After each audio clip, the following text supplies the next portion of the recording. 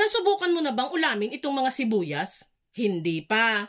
Nako guys, ubod ka mo ng sarap ulamin itong mga puting sibuyas na to. Bukod sa masarap itong ulamin, ay sobrang dali lang din itong i-prepare. At hindi ka na din gagastos dito ng pagkamahal-mahal para na makapag-ulam nito. Dito nga po ay meron tayong biniling 3/4 kilo ng puting sibuyas. Sa mga magtatanong dyan, Ate Lenlen, pwede po ba dyan ang pulang sibuyas? Hindi ko po marirekomenda ang pulang sibuyas dito sa dish natin, guys. Mas masarap po talaga kung white onion ang gagamitin natin. Bale, babalatan at hihiwain lang natin ng ganyang hiwa itong mga sibuyas. Then, pagkahiwa-hiwa ng mga sibuyas, ay atin naman paghihiwa-hiwalayin ang bawat strands nitong sibuyas. Para po mas maging buhaghag itong mga sibuyas once na niluto na natin. Then, after nating mabuhaghag ang mga sibuyas, ay maghihiwa lang tayo dyan ng ilang cloves ng bawang. Pinuhin lang natin ang mga bawang at pwede na agad tayo mag-proceed sa pagluluto. Dito sa ating kawali ay maglalagay lang tayo ng konting mantikang panggisa. Then, kapag uminit na, ay saka ilagay ang pininong bawang. Bali, gagawin natin dito sa bawang ay tutustahin muna natin ito.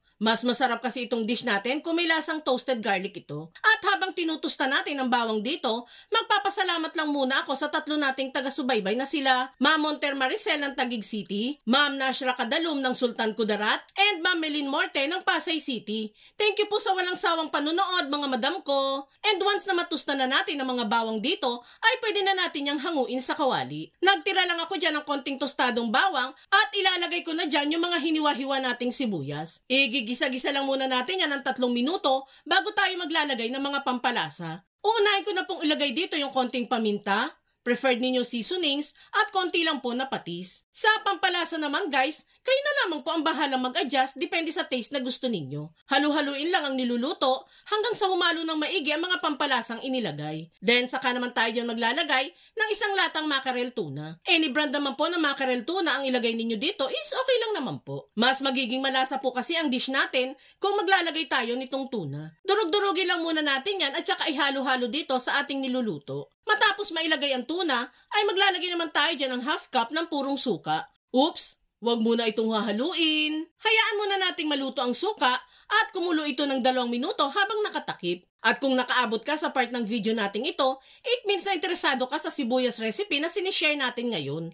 At kung sakali pong magugustuhan mo ito, pwede po bang pusuan mo naman ang video natin? At mag-iwan ka na din po ng comment na amazing sibuyas recipe. Maraming salamat po! Yan na nga guys, hinalo-halo na natin dyan itong niluluto at tinikman na din natin kung may kulang pa ba sa lasa. Bali, nagdagdag pa po pala ako dyan ng asin at 2 pirasong siling green. Halu-haluin lang natin ito at saka takpan sa huling pagkakataon at hayaan itong maluto ng 2 minuto. And there you have it guys, ready to serve na itong super dali at super nakakatakam na kinilaw na sibuyas. Perfect na perfect itong dish natin kasama ng pritong isda. Tiyak akong mapapawaw ka talaga sa sobrang sarap ng pagkakaluto natin dito. Kaya itag mo na ang buong pamilya at barkada at subukan nyo na ding magluto nito.